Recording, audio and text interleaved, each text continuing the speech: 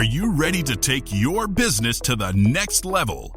Every day there are countless books and articles that are published offering the key on how to make your business a success. It's easy to feel overwhelmed trying to keep up and run your business. That's why Deb Creer created the Business Power Hour. Keep up on the latest trends, best practices, and techniques for how to make your business a success. Let the Business Power Hour do the heavy work for you. Good morning. Good morning. I am Deb Creer, and I am passionate about giving professionals the tools that they need to make themselves and their businesses as successful as possible. And oh my gosh, we're going to be having so much fun today because we're going to be talking about several things that I love. First, dogs, right? You know, people who know me know that we have dogs. And let's be honest, a lot of people have dogs, but I love, that we're going to be talking about this, but we're also going to be talking about having a business that is a franchise. And we've talked about this a little bit before, but now we're actually talking with someone who's in charge of the franchise and can really answer a lot of great questions about it. So please join me in welcoming Ryan Wimpey to our program today. Welcome, Ryan. How are you? Deb, I am doing fantastic. Thank you so much for having me on. I'm excited to be on. Cool. Well, let me tell folks just a little bit about you, and then we'll jump into this. So Tiptop K9 is a national dog training franchise founded in 2010 by Ryan Wimpey in Tulsa, Oklahoma. Originally inspired by Ryan's efforts to help his own rescue dog, the company has grown to over 24 locations across the U.S. and has trained more than 32,000 dogs. Tiptop K9 is known for its results-driven approach using the Tiptop method, which incorporates classical conditioning and tailored strategies to address obedience, behavioral issues, aggression, and off-leash training.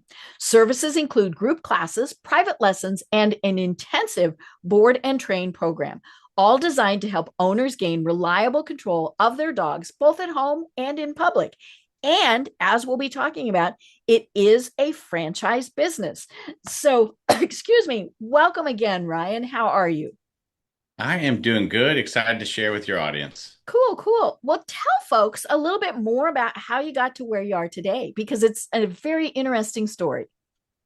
Absolutely. So, been training dogs since about 2007, 2006, went full time in 2010.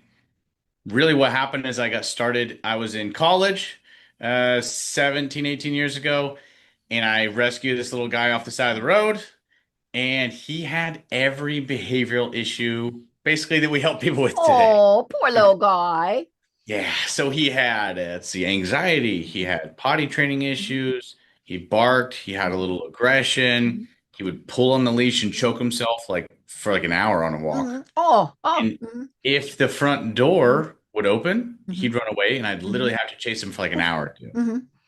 So basically, everything I help people with today, little Curly had. And I tried reading tons of books, watching videos, traveling to meet with other trainers, and nothing really seemed to work. Okay. And it also impacted my relationships. Like if you've ever been to someone's house and their dog is like a terrorist. Oh, yeah. It's hard, right? So best friend, roommate at the time, 18 years ago, he moved out. The other one threatened violence on the dog and I both. Yikes. So it was causing some problems, real problems. Well, and bless you for not saying, I'm not going to deal with this and make him go away. So that's what ended up happening. I had to send him to my mom's house, right? Okay. Yeah, because I was broke 18 years ago. Right. So yeah, I couldn't live with no roommates. And so it was super sad. And then, she obviously never gave him back because he was an awesome dog. But yeah, stuff like that, it's real. That the struggle is real for people. I have this dog, I love him, but he's causing issues with my relationships. I can't exercise him because he pulls on the leash for an hour. Right. Can't play ball because he runs away. What am I supposed to do with this guy? So it led me down a rabbit hole, getting just obsessed with dog training. I actually ended up working for a dog trainer for 6 months for free. Okay. I am based in Tulsa, Oklahoma. They're not here anymore. I worked for them for 6 months for free because they're like, hey, it takes so long to train people. It's not worth it. We're not going to hire anyone. And I was like, oh, okay, that's weird. This would be my dream job. Can I work for free? And they're like, I guess. Sure. Sure. Hard to turn down, right? So I ended up working for free for a while to kind of get into the Mhm. business. And then just kept reaching out to other Mhm. trainers, working with people. Mhm. 2010, those people moved in 2009 that I worked with.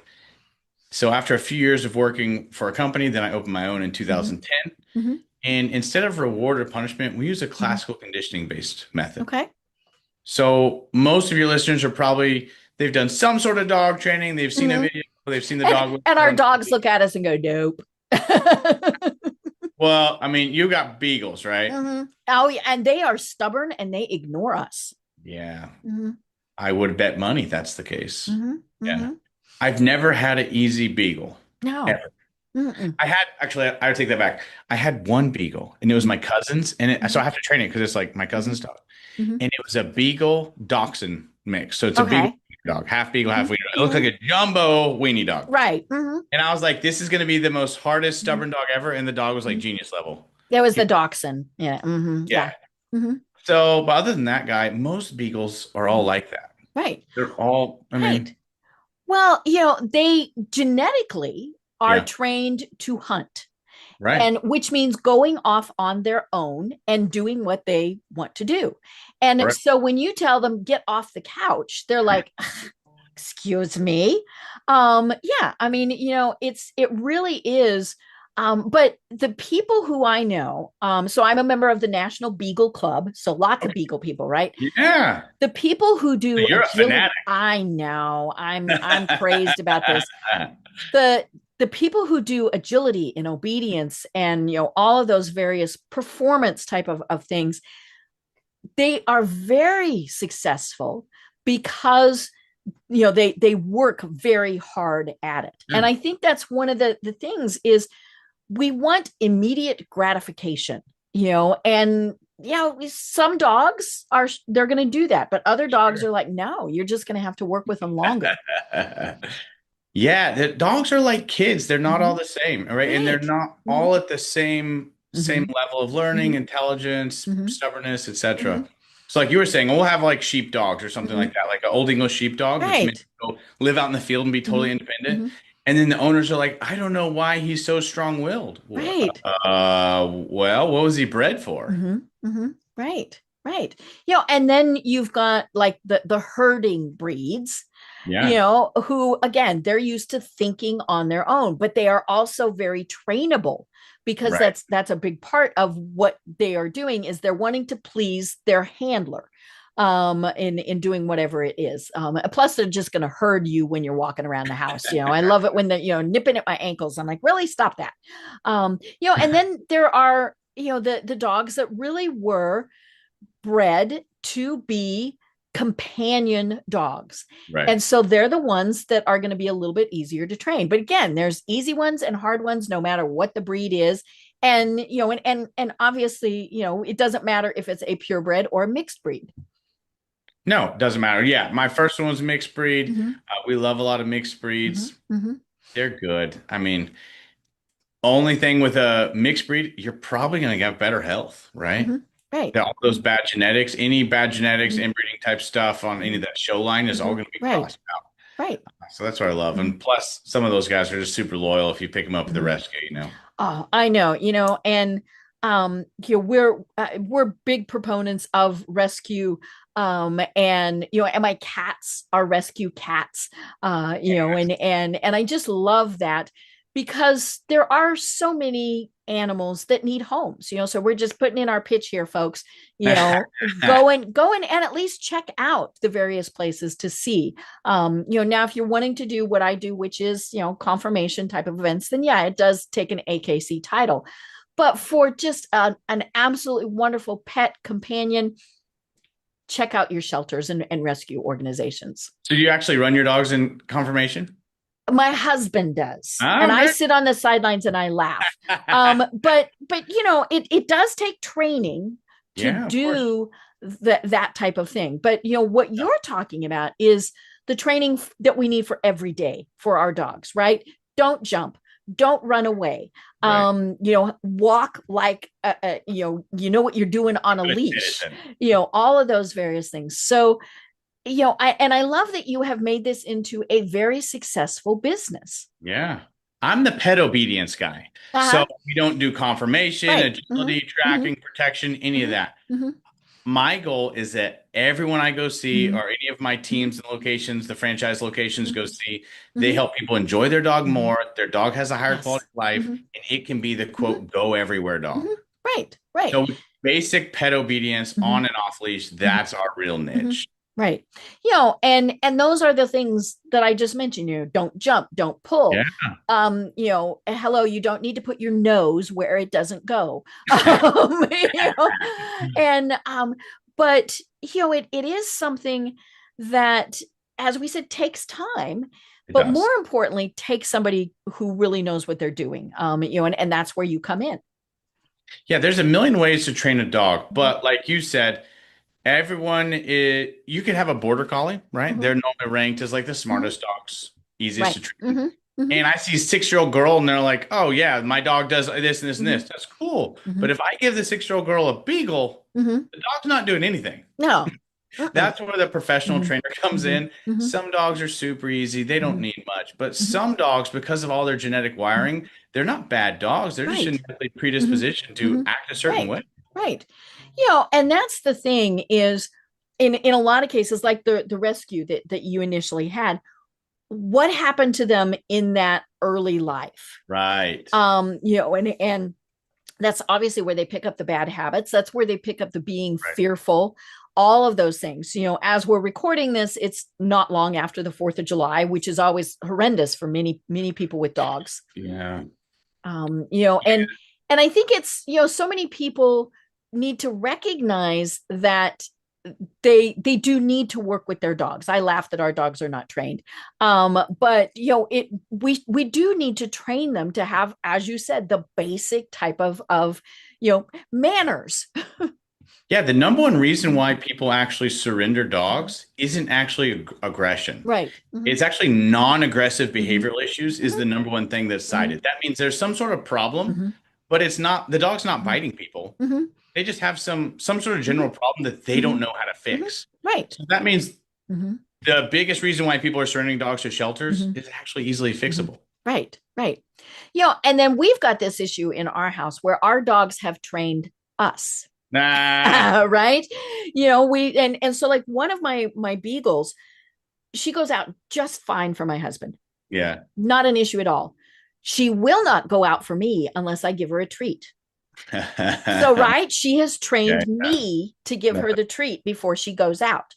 And so I think that's a big part of it. So how do you deal with, okay, it's the owner that needs to be trained as opposed to the dog? Yeah, so it's a half and half thing. So half of my job as a professional is to train the dog, Mm-hmm. and then half of my job is to train the owner. Mm-hmm. Part of it goes with what method we're using. Mm-hmm. So Mm-hmm. we use classical conditioning, Mm-hmm. right, as opposed to positive or negative Mm-hmm. reinforcement or punishment. So Right. with positive, Food. so like I got puppies, Mm-hmm. like we just put out a lot of puppy videos on Mm-hmm. YouTube Mm-hmm. on how to train your puppies. So with puppies, I'm using positive reinforcement. I'm Mm-hmm. using treats, Right. luring them into Mm-hmm. behaviors, rewarding them, and Mm-hmm. getting my fat, happy Mm-hmm. dog. Mm-hmm. And the positive is I get good, happy attitudes, Yes. and the Mm-hmm. dogs learn rapidly. Mm-hmm. The downside, say I have a beagle, if the nose takes over and they see Right. bunny compared to your biscuit, Mm-hmm. they're Mm-hmm. going for the bunny 10 times Mm-hmm. out of 10. Mm-hmm. On the other side, you have like negative reinforcement or Mm-hmm. punishment-based training. Some trainers might use like a pinch collar, Mm-hmm. shock collar, choke chain, squirt bottle, newspaper, Mm-hmm. whatever. Mm-hmm. And then if the beagle chases the bunny, Mm-hmm. there's some sort of big heavy Right. consequence. Right. That can work, but it can Mm-hmm. also ruin our attitude, Mm-hmm. Right. right? Damage our Mm-hmm. relationship with the Mm-hmm. dog. Right. It also requires mom or dad to be the authoritarian. Mm-hmm. So even if it does work, say the dog Mm-hmm. is ultra strong and it can handle that, Right. are mom and dad both the tough guy? Mm-hmm. And then Right. as little kids, Mm-hmm. are they Mm-hmm. capable of doing that too? Right. Mm-hmm. So how we train is we teach an attention-based system. Mm-hmm. It uses classical conditioning. Mm-hmm. So you remember high school's been, 5 or 10 years for you. So But that's very nice of you. I am old enough to be your mother, but well, I won't ask you how old you are until after the podcast. Yeah. So Mm-hmm. yeah, If you remember Pavlov and classical conditioning Right. from science class at some point, basically he goes, "Hey, I give dogs food and they salivate." Mhm. And what that salivation is it's an involuntary or automatic response. It's Yes. bypassing the conscious thought of the dog, right? And then what he found is, hey, he was actually studying digestive issues with dogs. Mhm. And then he found out, hey, the guy with a white lab coat comes in and boom, my dog starts salivating. What's up with that? Right. And then he realized, hey, this is what I'm going to call a conditioned response. He's connecting the guy with the white lab coat to food coming. Right. So Because the vet treats them and then gives them a treat. correct. So then what happened is he said, well, if they'll do it with a white lab coat, maybe I can overlay something else. So then he started presenting meat powder and ringing a bell simultaneously. Did that a couple hundred times. Then eventually he phased out the food, rang the bell, and he realized, okay, this works. So I can condition two things, phase one out, and then still get the same response as if the first thing was there. Right. So that's kind of the premise of classical conditioning. So at Tiptop, what we use is we use a e-collar. It uses mild muscle stem, like a 10-unit pattern stem. Right. It gets their attention. Correct. It gets their attention. So I use this little tap on the shoulder to get their attention. And then I layer it with a leash. So Pavlov is bell and food. So I'm a leash and a little electronic tap. Okay. So I go tap, tap, tap. And if I tap you on the shoulder, you're probably going to turn around, right? Right. That's what the dog does, except the dog doesn't know that there's anything there. So the dog actually avoids the tap. Because Right. it doesn't see anyone tapping. So the dog actually moves away from it because it doesn't know what it is. And so I use that leash to kind of shape the movement towards me. So go tap, tap, tap, tap, tap on his shoulder. The dog kind of moves away, but then there's this leash there. So the dog moves towards me and the tap stops. The dog goes, all right, weird. Move toward, tap, stopped. Correct. So the dog learns to do that 5, 10, 20 times. And then eventually I tap, boom, and the dog starts to move towards me. Then I overlay the word. So I go leash, tap, come. Leash, tap, come. I eventually phase out the leash, tap, come, and then I eventually phase out the tap. Right. And you just say come and they do. Correct. So that's kind of how we train. Now, the power of that, and so in Pavlov's lab, say he conditioned a dog to food and a bell. And then his wife had zero part in training, but she comes into the lab and rings the bell. What's the dog do?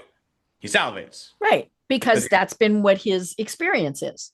Correct. He's been conditioned. So if we condition the dog, right, then I'm able to take that leash, tap, and word back home to mom. Right. Normally done with the leash, and I train mom how to use the tap and the word. Or my 7-year-old son, he can walk the dog on a loose leash. He can do stays with the dog, everything else. Because the dog understands a little tap on the shoulder. Right. I show him how to use it. If he can walk and chew gum, basically he's qualified to train the dog. Right. Right. And it's the repetitive that is what does it. I mean, it's like people. We have to, learn through doing stuff multiple times. And sometimes it takes lots of multiple times. And sometimes we actually learn quickly. But it is about also kind of maintaining. I mean, I remember, I have a friend who's a dog trainer who says, the no method is horrible, right? No, no, no, no, right? You do the escalate. No. And of course the dog knows that the first no really didn't mean it. And so it doesn't matter if you're screaming no, the dog was like, yeah, you didn't mean it the first time. And so it's that comes back to, again, training the person. Yeah. Yeah.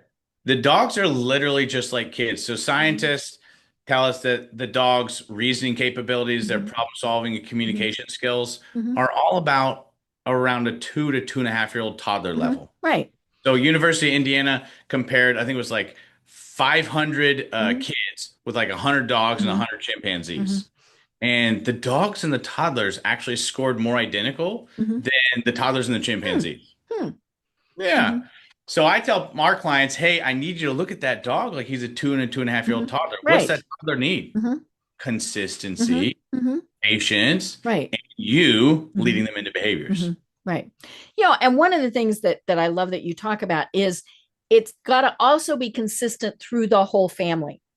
And which, right, if you've got one person who is not going to follow the rules, then the dog learns pretty quickly. Okay, first of all, grandma's the one I want to go to, or, the kids or whoever. And, but then it gets confusing to them because they don't know, what's going on. So then it kind of, then they might start ignoring the other people too.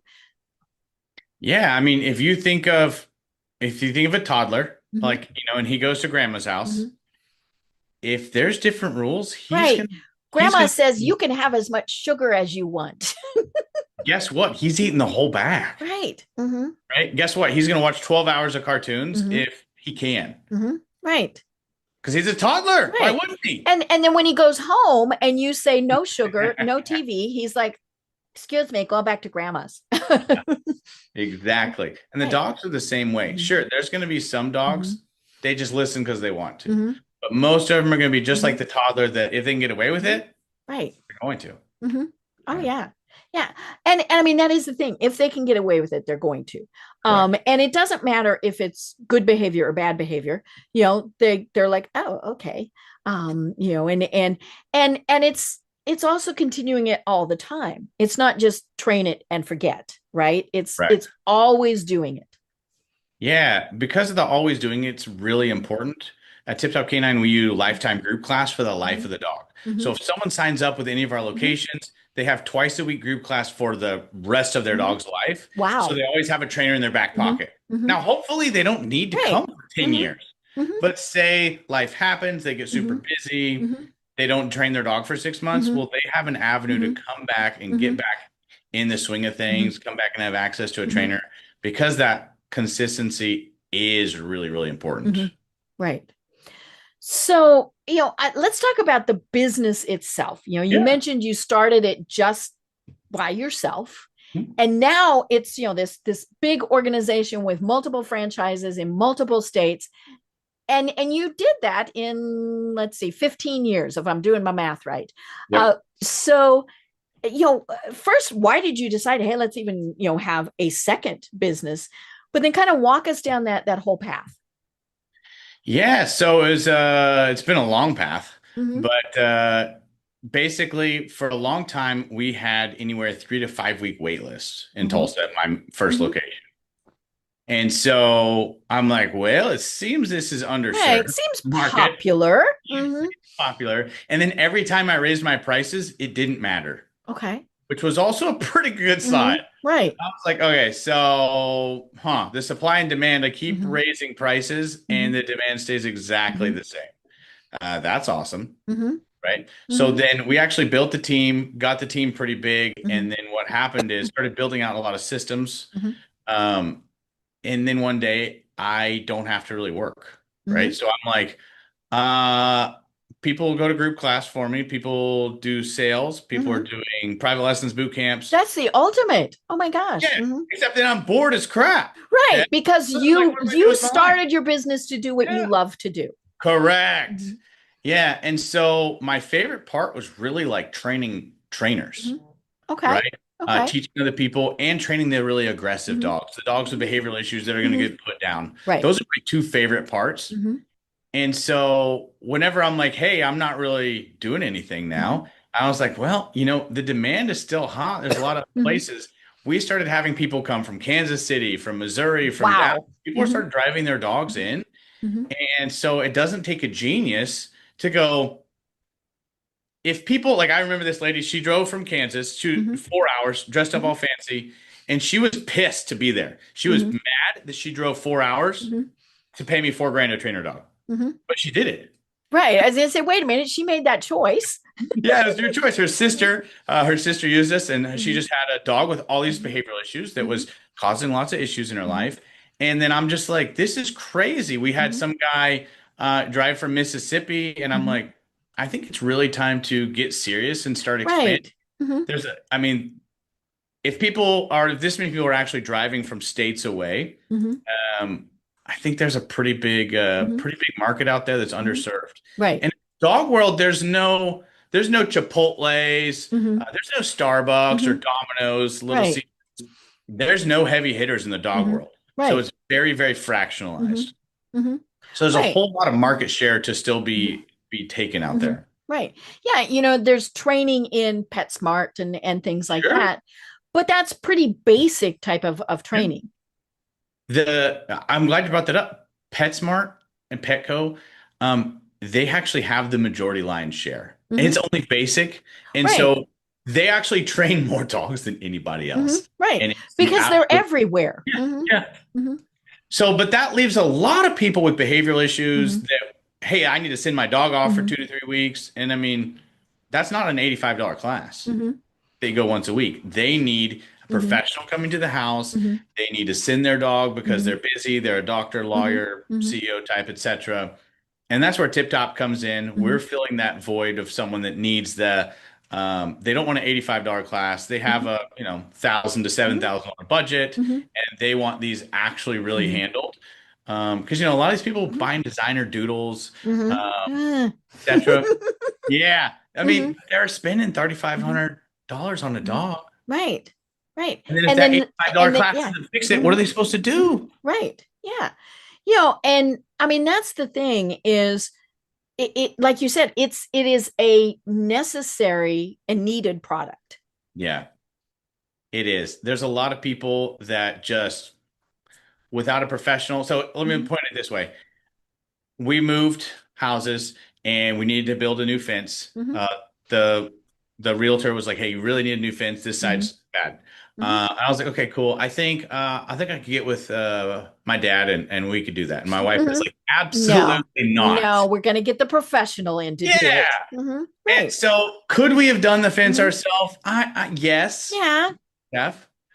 Would it have taken 5 times longer and not looked as good and possibly have to be redone? And lots of swearing and dinged thumbs and all sorts of stuff. Yeah, lots of swearing. And I've got 2 kids. They don't need to hear grandpa and dad swearing. No.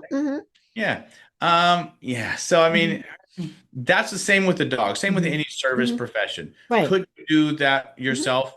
You might be able Sure. to. You could YouTube it, but But if you YouTube it, is it going to look the same as Terry Love, the guy who came out and has been doing fences for 15 years? Right. Does it look the same as Terry's work? Absolutely not. No. Not a chance. Right. Now, it's going to cost more because you are paying for that expertise.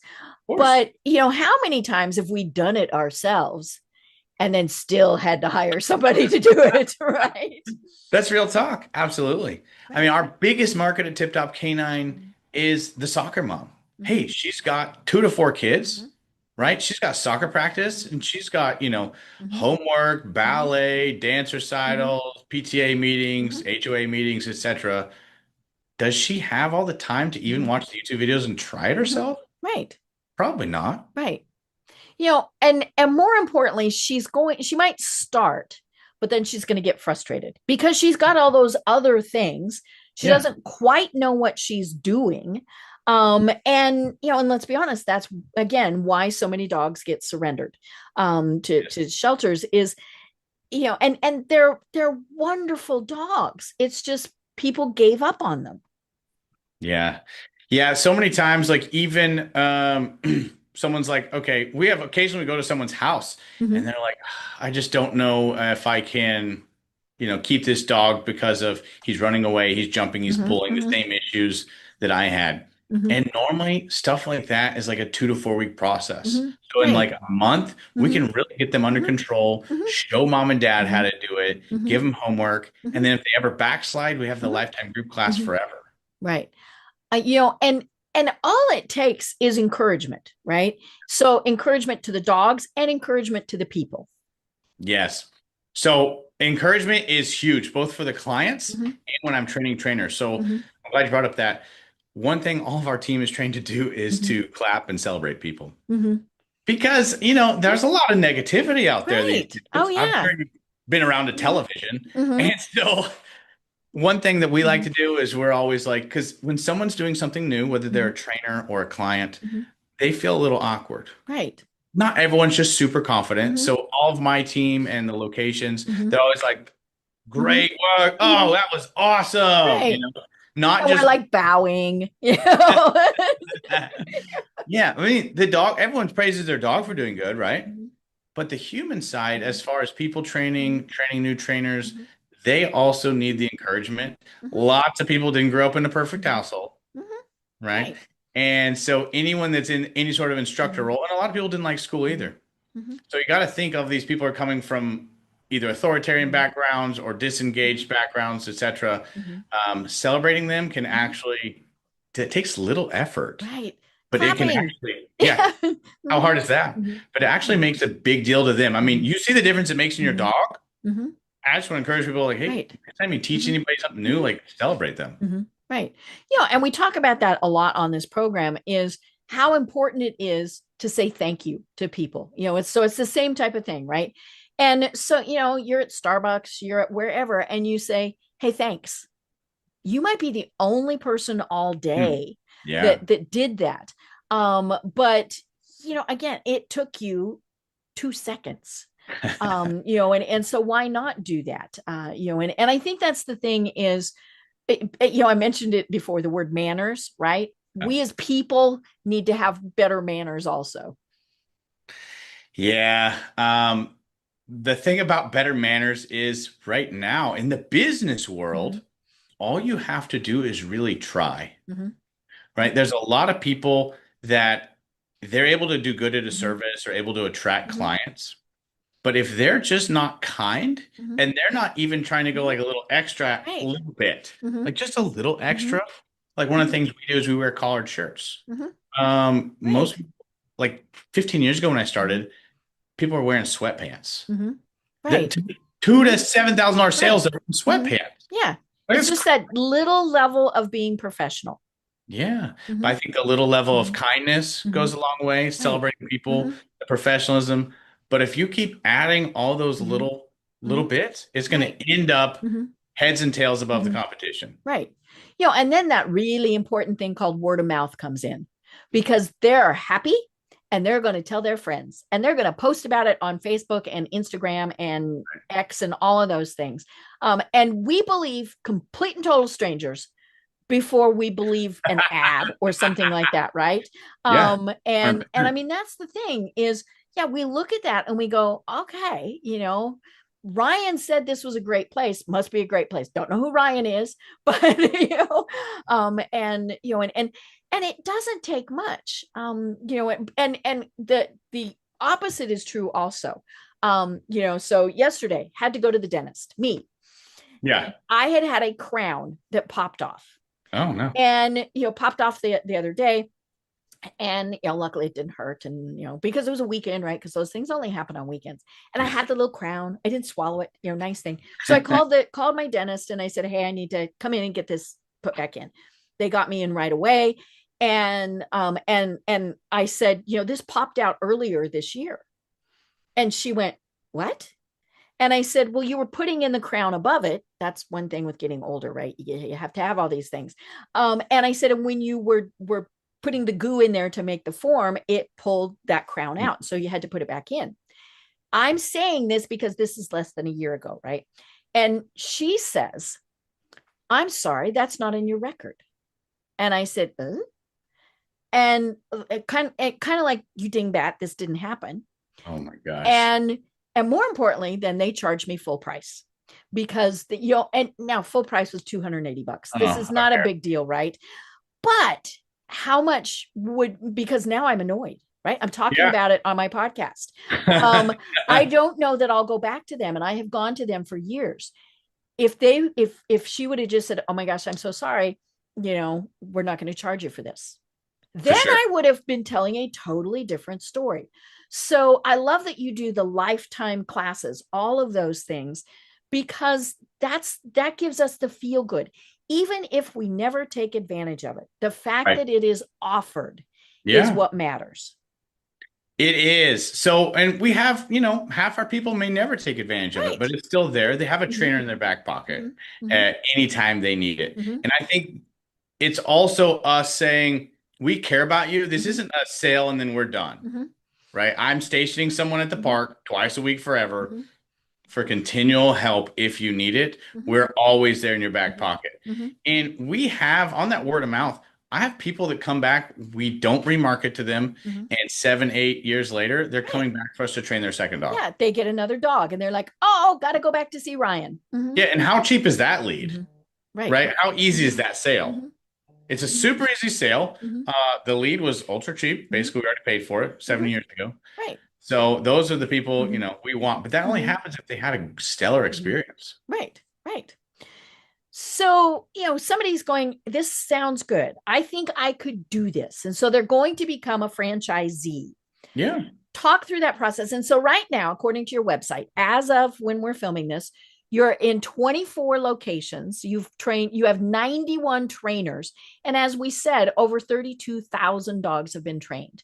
And you're in, I believe, somewhere it said 11 states. Yes. So, if somebody comes to you and says, okay, Ryan, I want to do this, walk us through this process. Absolutely. So I have a guy right now, he's getting ready to open in Wichita. So he'll be the Okay. 25th location.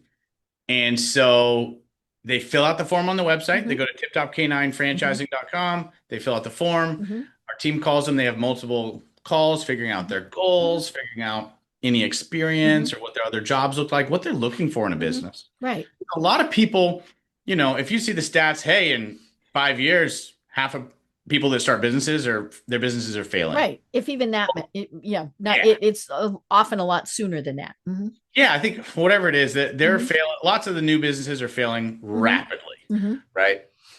With a franchise, you already have a proven framework. So like 90% of businesses don't even go past 10 years. So we're in the top 10% just automatically.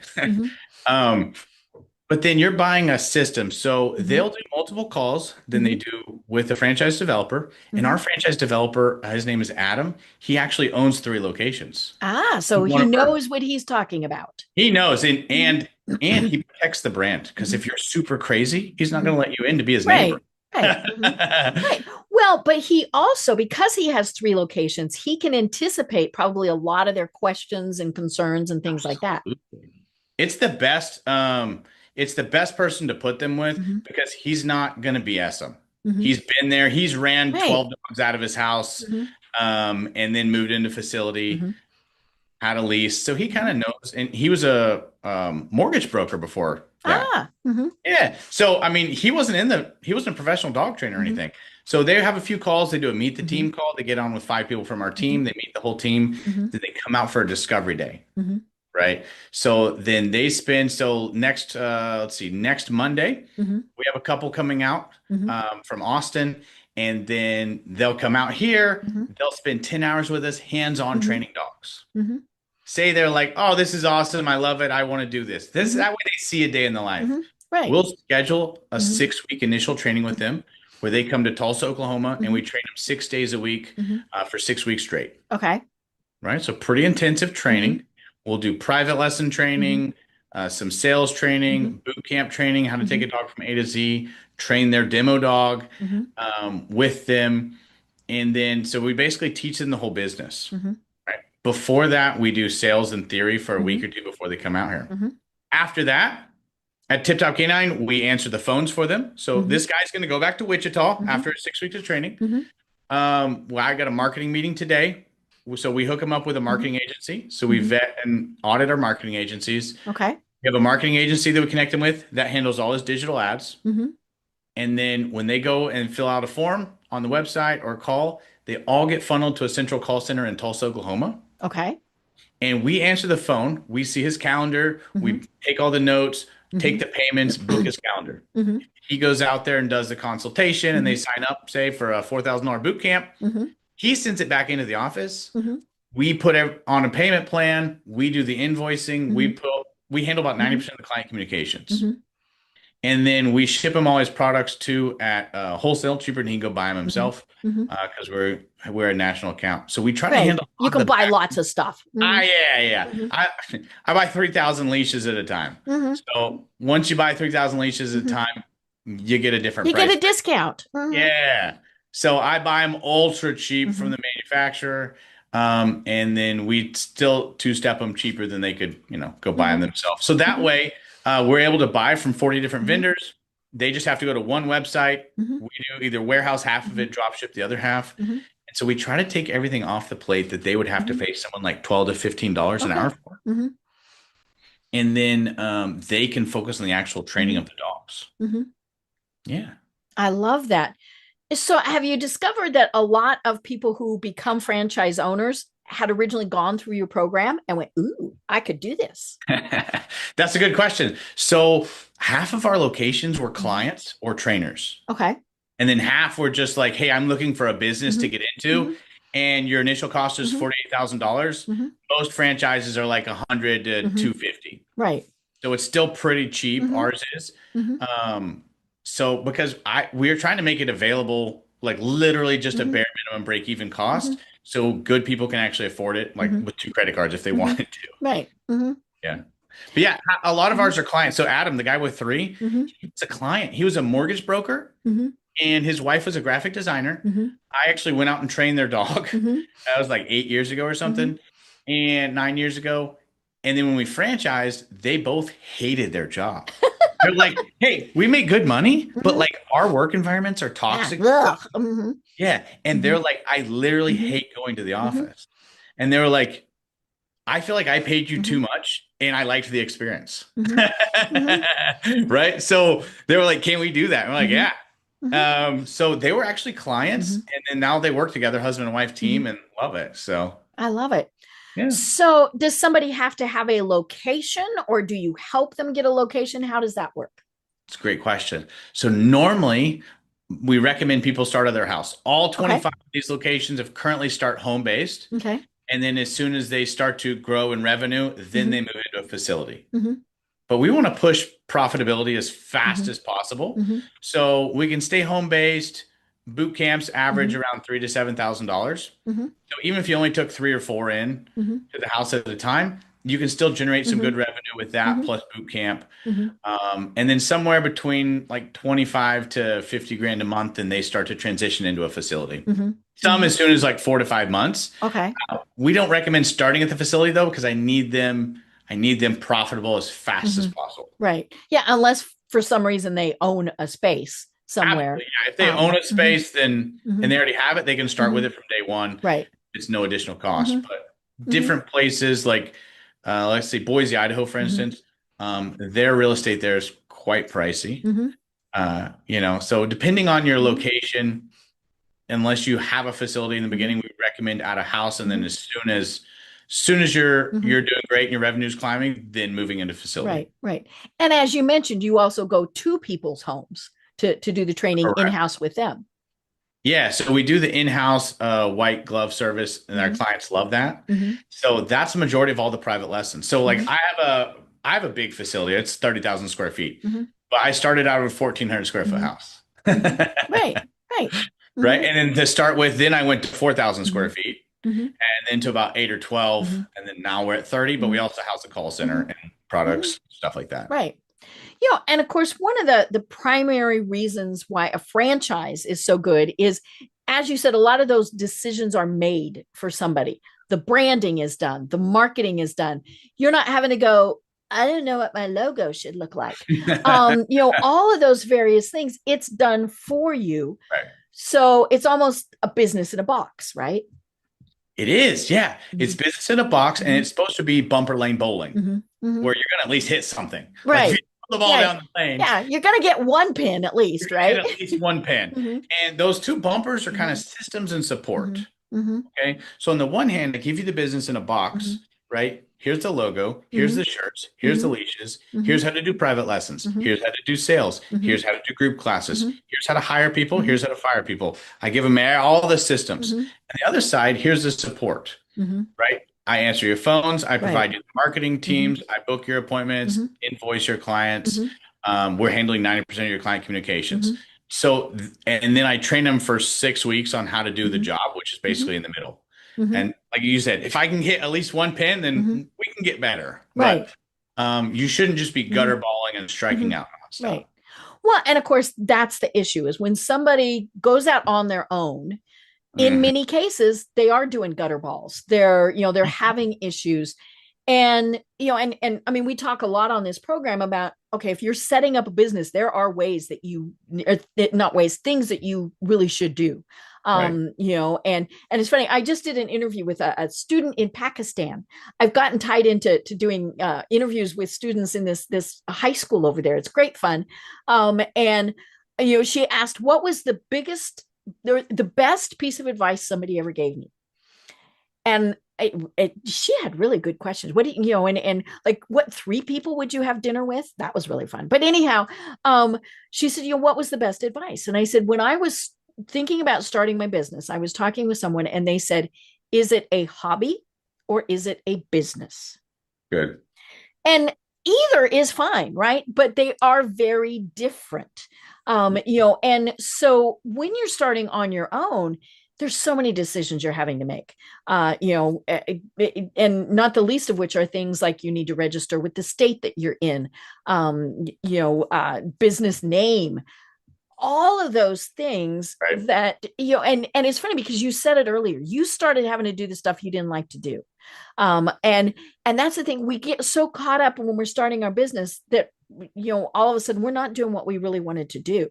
Right. So when you buy a franchise that you're passionate about, all that other stuff is taken care of. Yeah. And most of the time, all that other stuff is something the new entrepreneur doesn't actually know how to Right. do. Yeah. I didn't want to have to deal with, setting up bank accounts and hiring and firing and blah. I just wanted to help people. I mean, right? Yeah. Mhm. But in a service-based business, such as Mhm. fencing, pest control, dog Mhm. training, Mhm. the phone rings a lot. Right. You Mhm. need someone to answer the phone Mhm. and book those calls. Mhm. Right. And so that was one of our hardest Mhm. parts early Mhm. on. And then when we nailed it, I was like, Mhm. hey, when we started making call Mhm. center scripts, we went to Mhm. professional call center software. The booking rate quadruples Mhm. if I can call someone within 2 minutes of Mhm. them submitting a form. Right. Right? Mhm. They answer quicker. It requires Mhm. less calls. They're more Mhm. likely to book. Mhm. But that's hard for a lot of Mhm. people. Right. And you're like, oh, I just have Mhm. the AI call it. It's not Mhm. going to cut it. No, and it's 24/7, right? This Yeah. is not something that at 3 p.m. on a Tuesday, somebody goes, I think I need this. This is something that they've got an issue with at midnight on a holiday, Right. because they had all these people over and their dog, was aggressive, and oh my gosh, what the heck are we going to do? Because grandma said she won't come back. And so, they want to talk to somebody now. Right. And they, and in fact, they might not even look at the time. They just, now I'm thinking about this now. That's all consumer Mhm. service-based businesses. Mhm. People want it and they want it now. Mhm. So Right. being able to get on the phone with Mhm. them, you Mhm. have to have software, Mhm. but then you also have to have Mhm. scripts. And then you Right. have to have a hiring process. Mhm. So if someone's like, "Oh, I want to be a dog trainer," because you're billing out 150 to 250 an hour, Mhm. that's doctor money. I Mhm. want to do that. Right. But with some of the other franchises, or what most people Mhm. do, is they cap it around 2 to 3 employees Mhm. because the owner, the head trainer, the guy who Mhm. bills out for the most, Mhm. he's managing a $12 to $15 an hour admin. Mhm. He's having to listen to their recorded calls. Mhm. And then if it's a 6 or 7 day a week business, Mhm. who answers the phone when that lady's not Mhm. there? He Right. does. Mhm. So he's doing a Mhm. $15 an hour job when he Mhm. should be charging 10 to Mhm. 15 times Mhm. that. And that just doesn't make for good Mhm. business. Right. And then, say he goes to hire, well, then he's got to do all of that process. Right. And now he might ultimately want to be the final interview, right? Because he wants to make sure they're a good fit and all of those things. But a lot of that initial, hey, why do you want to do this type of things can easily be handled by somebody else, and remotely even. Yeah. And so when we handle it remotely with the Mhm. call center, Mhm. so we charge a 6% Mhm. fee for our Mhm. locations Mhm. to do that. But most of them, if you look online, most Mhm. admin costs for businesses under $1 million Mhm. is between 8 and Mhm. 15%. Right. Because we Mhm. have economies of scale, I can now Mhm. answer the phone Mhm. 60 hours Mhm. a week, Mhm. you know, 6 days a week, 60 Mhm. hours a week, 70 Mhm. hours a week. And I Mhm. can do that cheaper than Right. someone else, and cheaper Mhm. and better. Mhm. Because I have Right. someone just, I have people to cover. We Mhm. have managers. We have the better software that Mhm. calls 3 numbers at a time, et Mhm. cetera. Mhm. I love it. I love it. And again, all of this is, when you're by yourself, I mean, and you've thought, oh, this is a great thing, I want to do this. You don't think through all of these other things that comes with running a business. Right. I Yeah. mean, yeah, because you started out by yourself. You've Yeah. kind of worked through this process, right? Yeah. When I started out, I was staying up till Mhm. 1 a.m. reading blogs to Mhm. try to figure out Google Ads and Mhm. SEO. Mhm. Right. Right. The Google Ads, the Mhm. SEO, having that is actually a big one for you need leads. Mm-hmm. The game is changing so rapidly. Mm-hmm.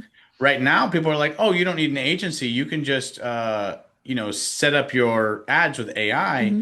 and let it run. Mm-hmm. But if you do that improperly, the algorithm, you could actually You could harm your business. oh, Mm-hmm. it could just target bots, Mm-hmm. and then you could just let it roll targeting Mm-hmm. bots all day, Right. every day, Mm-hmm. if you don't actually know what Mm-hmm. you're looking Mm-hmm. for. Right. And so you're going, ooh, look at these numbers. Oh, well, that's great, but they're not real people. Right. It's kind of like, years ago when social media first launched, and my business works with businesses on social media. Yeah. And the big thing was to buy followers. Right. And because it was all a numbers game. That was all people cared about. I want to have 100,000 followers. Right. And and I told my client, I refused. I'm like, no, I am not going to do that, because those 100,000 people that we bought couldn't care less about your business. So they're not going to comment. They're not here. Most of the time they're not in the United States. Right. And I said, so it actually makes your account look worse, because you've got this account that's got all these followers, but zero interaction. Therefore, you're not providing good content. Therefore, we don't care about you. Right. And fortunately, people finally figured out, hey, let's stop doing that. But yeah, so we've got about 10 minutes left or so. What lessons have you learned from dog training that actually transfer into the real world? I mean, we kind of joked about some of them, but what are some of the true lessons? Yeah, the biggest one is just patience and consistency. Okay. Right. When training, patience and consistency is super important. Dogs or people or kids. When someone's learning, they're going to be uncomfortable. They're going to be a little unsure. And then you need to keep your verbiage the same. So, I mean, we have, manuals, documented processes, etc. But we make everyone say the same things. And then we don't have any acronyms. Right. Right. I was really set free when I heard Elon Musk was like, hey, if anyone starts using acronyms that aren't approved by me, they're going to be fired. Right. Because I've been in places before where they use 10,000 acronyms. Right. And you're like, what does that mean? Yeah. I almost needed a thesaurus to go to the last franchise convention because they had 83,000 acronyms. So I think that's a big one. Keeping it simple. Like one of our goals in franchising is what we call make it too easy. Ah, okay. I want to make it so easy. I want it to be bumper lane bowlings. And if I make it too easy and everyone wins, they're all going to love me. Right. In the franchise world, that means they're going to buy another one. Right. Or tell their friends, right? Back to word of mouth. Yeah. So for the clients and for the franchisees, for everyone really, I want to make it too easy so they don't even think about another brand. And they're exceptionally happy. I have that word of mouth. That's for us a big part of what we want to do. Right. And we've all heard from people who have purchased franchises, whatever it is, McDonald's, Domino's Pizza, hotels, whatever. I mean, those are all franchises. Correct. And then they're out of it. And you're like, why? And they said, because it was so hard to deal with them. And